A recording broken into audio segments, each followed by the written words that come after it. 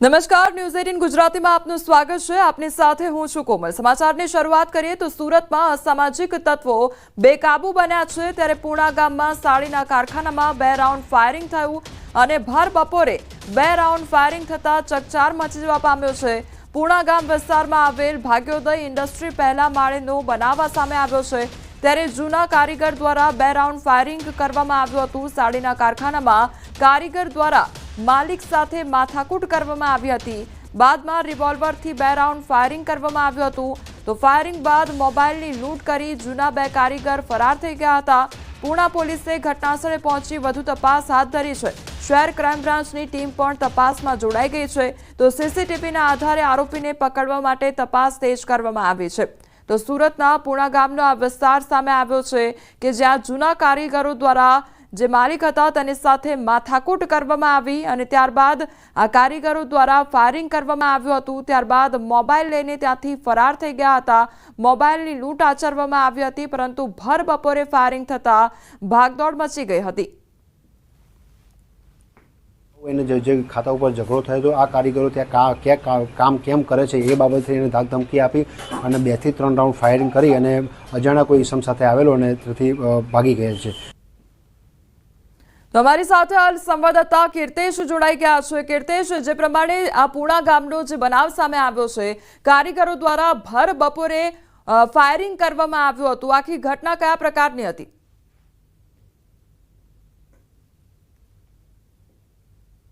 સુરતના પૂના વિસ્તારમાં આવેલી ભાગ્યોદય ઇન્ડસ્ટ્રીયલ એસ્ટેટની આ ગઈકાલ બપોરની ઘટના છે। 12 વાગ્યાની આજુબાજુ સાડીના કારખાનામાં જે જૂના કારીગર કામ કરતા હતા, 2 જેટલા કારીગર આવ્યા છે અને જૂના ઝઘડાની અદાવતમાં 3 જેટલા રાઉન્ડ હવામાં ફાયરિંગ કરી અને ત્યાં રહેલા કારીગરોને ગભરાવવાનો પ્રયાસ કર્યો હતો। ભાગ્યોદય ઇન્ડસ્ટ્રીયલ જે સોસાયટી છે, અહીંયા ખાસ કરીને છાસવારે કારીગરોનો ત્રાસ હોવાની વિગતો સામે આવી છે।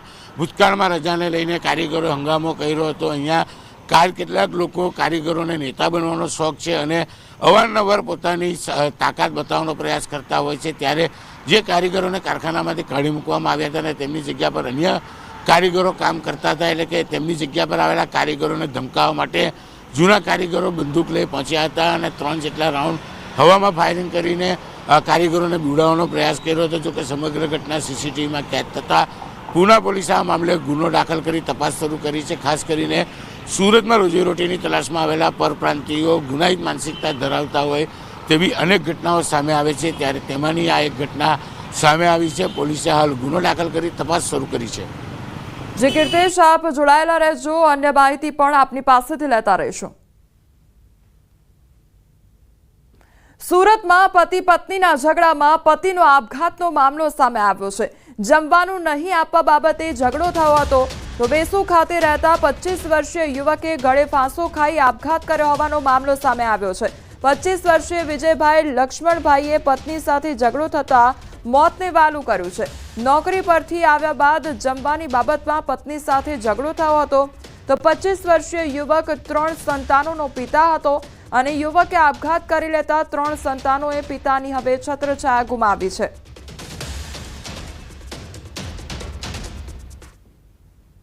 અરે એની પત્ની તો ઉપર જતી રહી એવું જાણવા મળ્યું હતું। એ ભાઈ અંદર કંઈક જાય અને એના રૂમમાં જઈને ગળે ફાંસો ખાઈ લીધો હતો। હા, એની ઉંમર છે 25 વર્ષ અને લગ્ન થયા હતા 2018માં। આશરે 7 વર્ષ જેવા લગ્ન થયા છે। સુરતમાં વરિયાવ બ્રિજ પરથી કોંગ્રેસના નેતાનો આપઘાતનો પ્રયાસ હાથ ધરવામાં આવ્યો હતો। સમય સૂચક કાર્યવાહીથી તાપી નદીમાંથી રેસ્ક્યુ કરાતા જીવ બચાવ્યો હતો, તો કોંગી નેતા નદીમાં કૂદતા પહેલા શંકાસ્પદ ગતિવિધિ કેમેરામાં કેદ થઈ હતી। જાગૃત નાગરિકના વિડીયો અને જાણથી ફાયર બ્રિગેડ હરકતમાં આવ્યું અને ફાયર વિભાગે અંધારામાં શોધખોળ કરીને પાણીમાંથી તેઓને બહાર કાઢ્યા હતા। 108 એમ્બ્યુલન્સ મારફતે તાત્કાલિક હોસ્પિટલ ખસેડવામાં આવ્યા। 4 વર્ષથી કેન્સરથી પીડાતા હતા નેતા, તો ડિપ્રેશનમાં પગલું ભર્યું હોવાનું માહિતી સામે આવી છે। તો સુરતનો આ મામલો સામે આવ્યો છે કે જ્યાં કોંગી નેતા દ્વારા આપઘાતનો પ્રયાસ હાથ ધરવામાં આવ્યો હતો અને બીમારીથી તેઓ પીડિત હતા, તેના કારણે આ ડિપ્રેશનમાં આવીને પગલું ભર્યું હોવાની માહિતી હાલ સામે આવી છે। તો તો સુરતનો આ મામલો સામે આવ્યો છે, જ્યાં કોંગ્રેસના જે નેતા છે તેમના દ્વારા આપઘાતનો પ્રયાસ હાથ ધરવામાં આવ્યો હતો. તો ફાયર બ્રિગેડની ટીમ ઘટનાસ્થળે પહોંચી આવી હતી અને ત્યારબાદ તેમનું રેસ્ક્યુ કરવામાં આવ્યું હતું અને ત્યારબાદ હોસ્પિટલ ખાતે ખસેડવામાં આવ્યા હતા. પરંતુ આ જે કોંગ્રેસના નેતા છે તેઓ કેન્સરથી પીડિત હોવાને કારણે ડિપ્રેશનમાં આવીને આ પગલું ભર્યું હતું. સંવાદદાતા કીર્તેશ અમારી સાથે જોડાઈ ગયા છે. કીર્તેશ, સુરતમાં એક એ ઘટના કે જ્યાં પતિ પત્નીનો ઝઘડો થયો અને પતિ દ્વારા મોતને વાલું કરવામાં આવ્યું, એ મામલે શું હાલ અપડેટ મળી રહ્યું છે?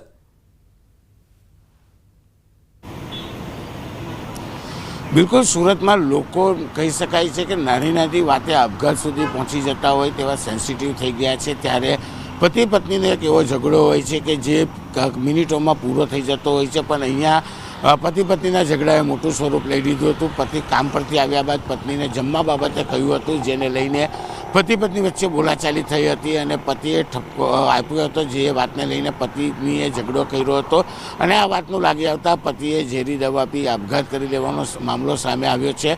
ત્યારે બીજી ઘટનામાં સુરત કોંગ્રેસના કહી શકાય નેતા અને 2017માં કતારગામ વિધાનસભાની ચૂંટણી લડી ચૂકેલા કાર્યકર્તા છે કે જેઓ છેલ્લા 4 વર્ષથી કેન્સરથી પીડાતા હતા. તેઓએ સુરતના વરિયા બ્રિજ ખાતેથી તાપી નદીમાં મોડી રાત્રે ઝંપલાવ્યું હતું. જોકે સ્થાનિક લોકોની સમય સૂચકતાએ સમગ્ર ઘટના સામે આવતા તેમને ફાયર વિભાગને જાણ કરતા ફાયર વિભાગના જવાનોએ અંધારામાં એટલે કે રાત્રિના સમયે તાપી નદીમાં શોધખોળ કરી આ વ્યક્તિને બચાવી તેને 108 મારફતે સારવાર માટે હોસ્પિટલ ખસેડ્યો હતો. કહી શકાય કે આ કોંગ્રેસી નેતા છે કે છેલ્લા 4 વર્ષથી કેન્સરથી પીડાતા હતા, જેને લઈને ડિપ્રેશનમાં આવીને આ પગલું ભર્યું હોવાની વિગતો સામે આવી છે. હાલ તેઓની સ્થિતિ સારી હોવાનું તબીબો દ્વારા જાણવા મળ્યું છે.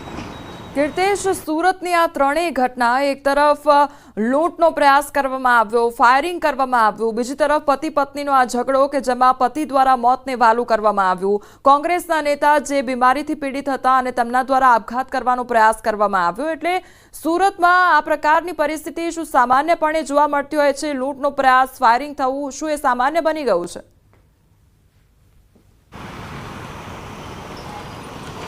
બિલકુલ, ગુજરાતનું આર્થિક પાટનગર સુરતને કહેવામાં આવે છે અને સુરતનું ઔદ્યોગિક સૌથી મોટું એકમ છે. ખાસ કરીને ટેક્સટાઇલ અને ડાયમંડ ઉદ્યોગને લઈને લોકો અલગ અલગ રાજ્યથી રોજીરોટીની તલાશમાં આવીને સુરતમાં વસેલા છે. ત્યારે કહી શકાય કે અહીંયા એટલી હદે રૂપિયા છે કે સામાન્ય બાબતે લોકો આક્રમક મૂડમાં આવી જાય છે. રૂપિયાની કોઈને કિંમત નથી, તે પ્રમાણે સામાન્ય બાબતે રૂપિયા હોવાને લઈને તેઓ કોઈ પણ ગુનો આચરતા બીતા નથી. અને બીજી બાજુ કે રૂપિયા હોવાને લઈને રૂપિયા જે રીતે કમાવા મળે છે તેને લઈને લોકો પાસે સમય નથી, પરિવારને સમય આપી શકતા નથી. એટલે કે નાની નાની બાબતે તેઓ સંવેદનશીલ થઈ જાય છે અને આપઘાત સુધીના પગલાં ભરતા હોય છે. એટલે કે ચોક્કસ એક બાજુ કહી શકાય કે ગુનાખોરી ડામવામાં પોલીસ નિષ્ફળ છે, સતત ગુનેગારોને પોલીસનો ખોફ નથી રહ્યો. તો બીજી બાજુ કે લોકો એટલી હદે રૂપિયા કમાવા પડ્યા છે કે પોતાના પરિવારને સમય નથી આપતા. એટલે કે સામાન્ય બાબતમાં એટલા સેન્સિટિવ થઈ જાય છે કે આપઘાત કરતાં પણ વિચારતા નથી કે તેમના આપઘાત બાદ તેમના પરિવારનું શું. આ ત્રણેય ઘટના ચોક્કસપણે કહી શકાય કે સુરતમાં રહેતા લોકોની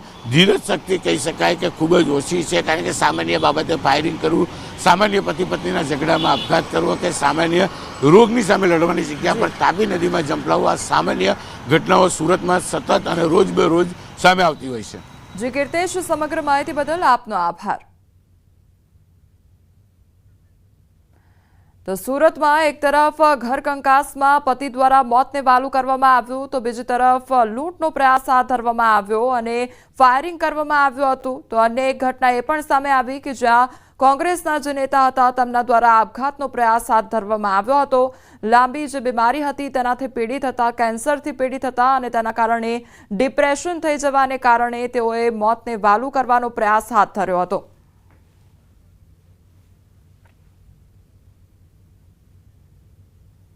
સમાચારમાં આગળ વાત કરીએ કોરોનાના વધતા સંક્રમણ વિશે.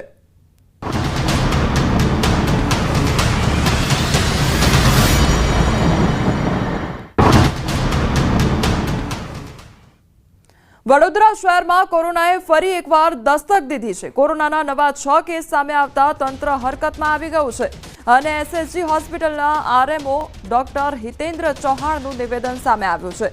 કોરોનામાં અગાઉ જે નિયમોનું પાલન કર્યું હતું તે નિયમોનું હવે ફરી પાલન કરવું અને માસ્ક પહેરવું તેમજ સોશિયલ ડિસ્ટન્સ જાળવવું જરૂરી છે. ભીડભાડવાળા સ્થળે જવાનું ટાળવું જોઈએ. તો આ વેરિયન્ટ એટલો ખતરનાક નથી, પરંતુ તકેદારી લેવી જરૂરી છે તેવું પણ લોકોને કહેવામાં આવ્યું છે. તો એસએસજી હોસ્પિટલ તમામ પરિસ્થિતિને પહોંચી વળવા સજ્જ છે. હોસ્પિટલ પાસે ઓક્સિજન અને દવાઓ પૂરતી માત્રામાં છે અને સ્ટાફને પણ સૂચના આપી દેવામાં આવી છે. જેમ કોરોનામાં આપણે અગાઉ પણ સાવચેતીઓ લીધેલી હતી, એ જ રીતે અત્યારે પણ સાવચેતી લેવાનું ચાલુ કર્યું છે. જેમ કે એકબીજાથી સેફ ડિસ્ટન્સ રાખવું, મોઢા પર માસ્ક પહેરવું, વારંવાર હાથ નહીં ધોવા, તેમજ ભીડભાડવાળી જગ્યાએ જવાનું ટાળવું, શરદી ખાંસી અને જે બીજા આવા પેશન્ટ હોય એનાથી દૂર રહેવું. દેશમાં ફરી એક વખત કોરોનાએ દસ્તક દીધી છે, ત્યારે વડોદરા શહેરની વાત કરવામાં આવે તો વડોદરા શહેરમાં ફરી એક વખત કોરોનાના પોઝિટિવ કેસ જે છે તે નોંધાવાનું શરૂ થઈ ગયું છે. અને ગઈકાલે વડોદરા મહાનગરપાલિકા દ્વારા જુદા જુદા વિસ્તારમાંથી નાગરિકોના જે સેમ્પલ છે તે લેવામાં આવ્યા હતા. અને આશ્ચર્યની વાત એ છે કે 6 જેટલા નવા કોરોનાના પોઝિટિવ કેસ જે છે તે નોંધાયા છે. આ કોરોનાના નવા કેસ નોંધાતાની સાથે તંત્ર જે છે તે દોડતું થયું છે અને તકેદારીના તમામ પગલાં જે છે તે લેવામાં આવી રહ્યા છે. વડોદરા કોર્પોરેશન આરોગ્ય વિભાગ પાસેથી મળતી માહિતી મુજબ વડોદરા શહેરના પૂર્વ ઝોન વિસ્તારમાં આવેલા રામદેવનગરમાં એક કેસ આવ્યો છે. પશ્ચિમ ઝોન વિસ્તારમાં દિવાળીપુરા અને ભાયલીમાંથી લગભગ 4 જેટલા કેસ છે તે સામે આવ્યા છે, જ્યારે ઉત્તર ઝોન વિસ્તારના છાણીમાંથી એક કેસ, આમ કુલ મળીને 6 જેટલા કોરોનાના પોઝિટિવ કેસ જે છે તે સામે આવ્યા છે. ત્યારે ગોત્રી હોસ્પિટલ અને સયાજી હોસ્પિટલ ખાતે આ તમામ પ્રકારની તૈયારીઓ જે છે તે પૂર્ણ કરી દેવામાં આવી છે. કોરોનાનો વિશેષ વોર્ડ છે અને જો કોઈ દર્દીને હોસ્પિટલમાં દાખલ કરીને સારવાર આપવાની જરૂર પડે તો તેના માટે પણ તંત્ર દ્વારા તમામ તૈયારીઓ જે છે તે પૂર્ણ કરી દેવામાં આવી છે. ફરી એક વખત કોરોનાએ દસ્તક દીધી છે, ત્યારે નાગરિકોએ ડરવાની જરૂર નથી, પરંતુ જે ગાઈડલાઈન હોય છે, જે નિયમો હોય છે, તે નિયમોનું પાલન કરવું અનિવાર્ય બન્યું છે, જેનાથી પોતાના સ્વાસ્થ્યનું પોતે ધ્યાન રાખી શકાય. હાર્દિક દીક્ષિત, ન્યૂઝ 18 ગુજરાતી, વડોદરા. દ્વારકામાં કોરોનાની એન્ટ્રી થઈ છે, ત્યારે સલાહમાં કોરોનાના 2 પોઝિટિવ કેસ નોંધાયા છે. શરદી, ખાંસી, તાવના લક્ષણો જણાતા ટેસ્ટ કરવામાં આવ્યો હતો. તો આરોગ્ય વિભાગ દ્વારા ટેસ્ટ કરવામાં આવ્યો. તો જમ્મુ કાશ્મીર ખાતે પીએમ મોદી પહોંચી ચૂક્યા છે અને ચિનાબ બ્રિજ ખાતે તેઓ પહોંચ્યા અને ત્યારબાદ હવે તેમના દ્વારા જે વંદે ભારત ટ્રેન છે તેને પણ લીલી ઝંડી આપવામાં આવશે. તો જમ્મુ કાશ્મીરના આ દ્રશ્યો સામે આવ્યા છે, જ્યાં ચિનાબ બ્રિજ પર પીએમ મોદી પહોંચી ચૂક્યા છે અને હવે વંદે ભારત ટ્રેનને લીલી ઝંડી તેમના દ્વારા આપવામાં આવશે. તો આ વિકાસ કાર્યોની ભેટ પીએમ મોદી દ્વારા હવે આપવામાં આવી રહી છે. જમ્મુ કાશ્મીરને આ મોટી ભેટ આપવામાં આવી રહી છે. અને હાલ આ સીધી જ તસવીર પીએમએ ચિનાબ આર્ચ બ્રિજ પ્રોજેક્ટ પર કામ કરતા લોકો સાથે પણ વાતચીત કરી છે અને વંદે ભારત ટ્રેનને લીલી ઝંડી તેમના દ્વારા આપવામાં આવી છે. તો વિકાસ કાર્યોની આ ભેટ પણ પીએમ મોદી દ્વારા આપવામાં આવી છે. તો પીએમ મોદીએ Udhampur, Srinagar, Baramulla rail link project પર પ્રદર્શનની પણ મુલાકાત લીધી અને તેમના દ્વારા તે મુલાકાત પણ કરવામાં આવી છે. તો પીએમ વિશ્વના સૌથી ઊંચા ચિનાબ આર્ચ બ્રિજ પર પહોંચ્યા છે અને તેમના દ્વારા ઉદ્ઘાટન કરવામાં આવ્યું છે. કટરા શ્રીનગર વંદે ભારતનું ઉદ્ઘાટન કરવામાં આવ્યું છે અને પહેલીવાર હવે કાશ્મીર સુધી આ ટ્રેન દોડશે અને તેનું ઉદ્ઘાટન પીએમ મોદીના હસ્તે કરવામાં આવ્યું છે. તો પીએમએ ચિનાબ આર્ચ બ્રિજ પ્રોજેક્ટ પર કામ કરતા લોકો સાથે પણ વાતચીત કરી છે અને આ સાથે Udhampur, Srinagar, Baramulla rail link project પર પ્રદર્શનની મુલાકાત પણ તેમના દ્વારા લેવામાં આવી હતી. તો આ દરમિયાન જમ્મુ અને કાશ્મીરના મુખ્યમંત્રી ઓમાર અબ્દુલ્લા, રેલવે મંત્રી અશ્વિની વૈષ્ણવ અને કેન્દ્રીય મંત્રી જીતેન્દ્રસિંહ પણ હાજર રહ્યા હતા. તો પીએમએ આ પ્રોજેક્ટ પર કામ કરતા લોકો સાથે પણ વાતચીત કરી છે અને આ વિકાસ કાર્યની ભેટ પીએમ મોદી દ્વારા આપવામાં આવી છે અને ચિનાબ બ્રિજ પર તેમની હાજરી અને કટરા શ્રીનગર વંદે ભારતનું ઉદ્ઘાટન તેમના દ્વારા કરવામાં આવ્યું છે અને પહેલીવાર હવે કાશ્મીર સુધી આ ટ્રેન દોડશે. એક તરફ એ તસવીર કે જ્યાં લોકો સાથે વાતચીત કરવામાં આવી છે અને જે રેલ લિંક પ્રોજેક્ટ પર પ્રદર્શનની મુલાકાત પણ તેમના દ્વારા કરવામાં આવી અને ચિનાબ પર વિશ્વનો સૌથી ઊંચો પુલ બન્યો અને એફિલ ટાવર કરતાં પણ 29 મીટર ઊંચો આ જે બ્રિજ છે તે બનાવવામાં આવ્યો છે અને તેનું ઉદ્ઘાટન પીએમ મોદીના હસ્તે કરવામાં આવ્યું છે. અને આ સાથે લોકો સાથે પણ તેમના દ્વારા વાતચીત કરવામાં આવી છે. વંદે ભારત ટ્રેનનું ઉદ્ઘાટન તેમના દ્વારા કરવામાં આવ્યું છે અને ચિનાબ આર્ચ બ્રિજના આ દ્રશ્યો કે જ્યાં પીએમ મોદીના હસ્તે ઉદ્ઘાટન કરવામાં આવ્યું. આ સાથે 1250 કરોડ રૂપિયાના ખર્ચે આ પુલ બન્યો છે અને આ વિકાસ કાર્યની ભેટ પીએમ મોદી દ્વારા આપવામાં આવી છે. વડાપ્રધાન નરેન્દ્ર મોદી આજે જમ્મુ અને કાશ્મીરમાં ભારતના પ્રથમ કેબલ સ્ટેડ રેલ પુલ અંજી બ્રિજ અને વિશ્વના સૌથી ઊંચા રેલવે આર્ચ પુલ ચિનાબ બ્રિજનું ઉદ્ઘાટન તેમના દ્વારા કરવામાં આવ્યું છે અને આ સૌથી મોટી ભેટ જમ્મુ કાશ્મીરને પ્રાપ્ત થઈ છે. તો ઉધમપુર શ્રીનગર બારામુલ્લા રેલ લિંક પ્રોજેક્ટની જો વાત કરવામાં આવે તો તે પ્રોજેક્ટમાં 36 ટનલ તેમજ 943 પુલ બનાવવામાં આવ્યા છે. તેનો કટરા બનિહાલ સેક્શન પુલ અને ટનલ માટે જાણીતો રહેશે કારણ કે આ 111 કિલોમીટર લાંબા સેક્શનમાં 97.42 કિલોમીટરનો ટ્રેક પુલ અથવા ટનલમાંથી પસાર થશે. તો તે જ સમયે ચિનાબ બ્રિજની વાત કરવામાં આવે તો ચિનાબ બ્રિજ એફિલ ટાવર કરતાં પણ ઊંચો છે. આ પુલ 29,800 મેટ્રિક ટન સ્ટીલનો ઉપયોગ કરવામાં આવ્યો છે. આ પુલમાં જે કામગીરી થઈ છે અને જે વસ્તુઓનો ઉપયોગ કરવામાં આવ્યો છે તેમાં 29,800 મેટ્રિક ટન સ્ટીલનો ઉપયોગ કરવામાં આવ્યો છે. તો તે સિસ્મિક ઝોન 5માં છે પરંતુ તે એવી રીતે બનાવવામાં આવ્યો છે કે તે રિક્ટર સ્કેલ પર 8ની તીવ્રતાના ભૂકંપનો પણ સામનો કરી શકે છે. જો 8ની તીવ્રતાનો ભૂકંપ પણ આવે છે તો આ ભૂકંપનો સામનો પણ આ બ્રિજ કરી શકે તે પ્રકારની સિસ્ટમથી તેને બનાવવામાં આવ્યો છે. તે 225 કિલોમીટર પ્રતિ કલાકની ઝડપે ફૂંકાતા પવનનો પણ સામનો કરી શકે છે. એટલે એક મજબૂત બ્રિજ આપવામાં આવ્યો છે અને એક મજબૂત વિકાસની આ ભેટ આપવામાં આવી છે. ચિનાબ બ્રિજ એફિલ ટાવર કરતાં પણ ઊંચો છે અને 29,800 મેટ્રિક ટન સ્ટીલનો તેમાં ઉપયોગ થયો છે અને મજબૂતાઈની જો વાત કરવામાં આવે તો જો 8ની તીવ્રતાનો ભૂકંપ પણ આવે છે તો તેનો પણ આ બ્રિજ સામનો કરી શકે છે. આ ઉપરાંત જો 225 કિલોમીટરની પ્રતિ કલાકની ઝડપે પવન પણ ફૂંકાય છે તેમ છતાં પણ આ બ્રિજ તેનો સામનો કરી શકે છે. એટલે એક મજબૂત બ્રિજની આ ભેટ પીએમ મોદી દ્વારા આપવામાં આવી છે.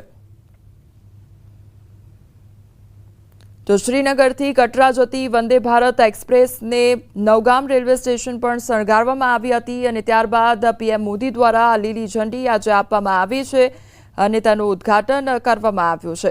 તો રેલવે મંત્રી અશ્વિની વૈષ્ણવ પણ કટરા રેલવે સ્ટેશન જોવા મળ્યા અને તેમની હાજરી જોવા મળી. આ સાથે તેમના દ્વારા પોસ્ટ પણ શેર કરવામાં આવી હતી અને કટરા શ્રીનગર વંદે ભારત ટ્રેન સાથેનો ફોટો શેર કરીને તેમના દ્વારા પોસ્ટ શેર કરવામાં આવી.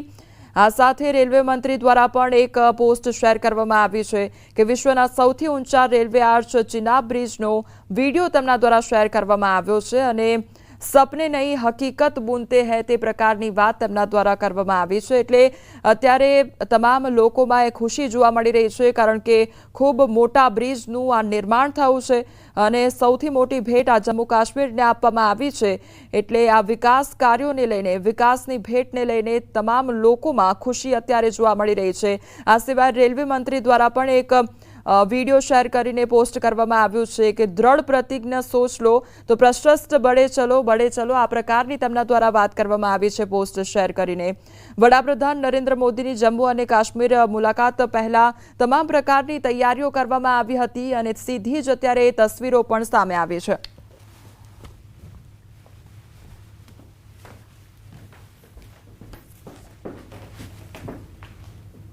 સમાચારોમાં આગળ વધીએ તે પહેલા રોકાઈશું એક બ્રેક માટે.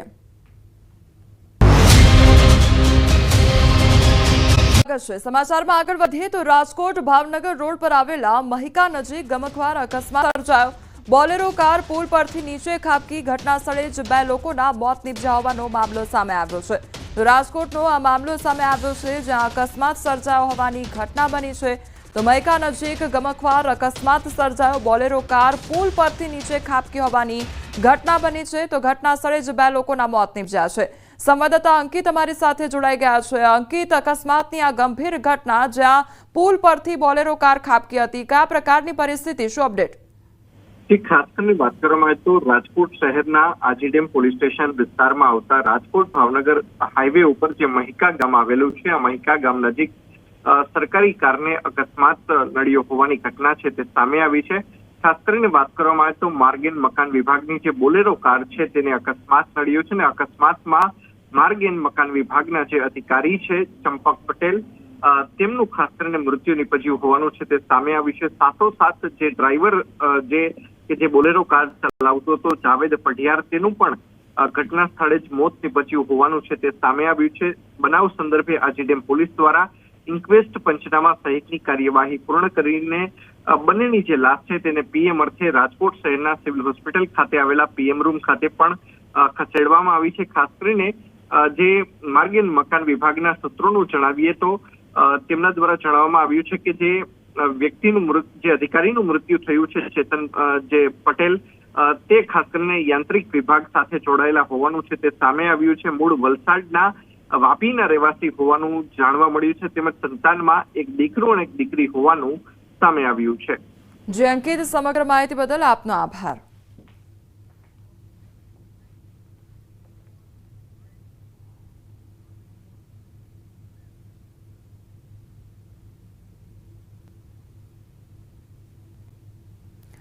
મોરબીના હળવદમાં સાધુના વેશમાં આવેલ ગઠિયાએ ખેડૂતને લૂંટી લીધા અને કાળા કલરની કારમાં એક સાધુના વેશમાં આવ્યા ગઠિયા તો સાધુ ચેલાનો વેશ ધારણ કરવામાં આવ્યો હતો.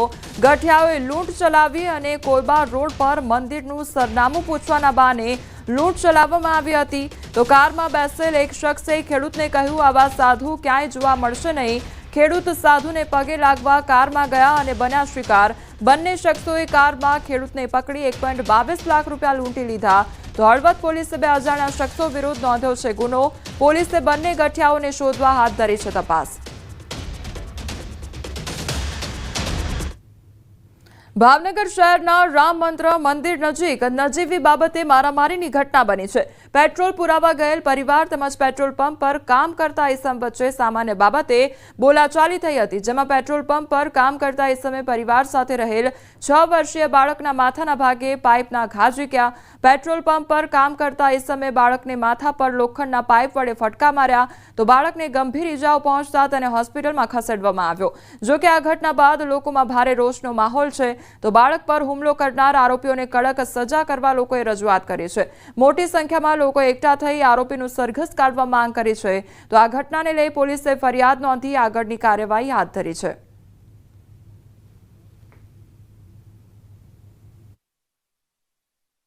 પેટ્રોલ પુરાવા ગયા હતા રામ મંત્ર મંદિર પાસે. ત્યાં ઢાંકણું ખુલ્લું હતું, છતાં એ ભાઈએ એમ કીધું કે ઢાંકણું બંધ છે. મેં કીધું ઢાંકણું ખુલ્લું છે. એ અમને એમ કીધું કે તમે બધા ગાંડા, તમને દેખાતું નથી. મેં કીધું ગાંડા નથી, ઢાંકણું ખુલ્લું છે. એમ કરીને એ મારી ઉપર ભડકાઈ ગયા ને ગાળું બોલવા માંડ્યા. મેં એને રિક્વેસ્ટ કરી ગાળું ન બોલો, લેડીઝ સાથે છે. તો એ મારી ઉપર વધારે ગાળું બોલવા માંડ્યા અને ઓફિસમાંથી જઈને લોખંડનો પાઇપ લઈ આવ્યા અને મારા છોકરા ઉપર હુમલો કર્યો. બાયડમાં જમીન બાબતે થઈ જંગ, ઉડી લાકડીઓ. જર, જમીન અને જોરું ત્રણેય કજિયાનો ચોરું કહેવત સાર્થક થઈ બાયડના મુખીના મુવાડા ગામે.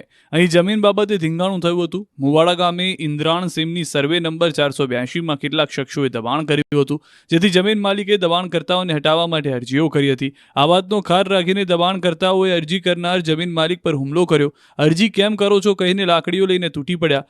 દબાણકર્તાઓ અને જમીન માલિકનું જૂથ સામસામે આવી ગયું. એકબીજા પર લાકડીઓથી હુમલો કર્યો હતો. આ ધીંગાણામાં મહિલાઓ પણ કૂદી હતી. લાકડીઓ લઈને હુમલા કરતા નાસભાગ મચી ગઈ. 7 લોકોએ હુમલો કર્યો. ઘર્ષણમાં 3 લોકોની ઈજા પહોંચી. ઈજાગ્રસ્તોને વાત્રક સારવાર અર્થે ખસેડાયા. સમગ્ર મામલે સાંઠબા પોલીસમાં 7 લોકો સામે કાર્યવાહી માટે અરજી કરાઈ. હાલ સમાચારોમાં બસ આટલું જ. વધુ સમાચાર માટે આપ જોતા રહો ન્યૂઝ 18 ગુજરાતી. નમસ્કાર.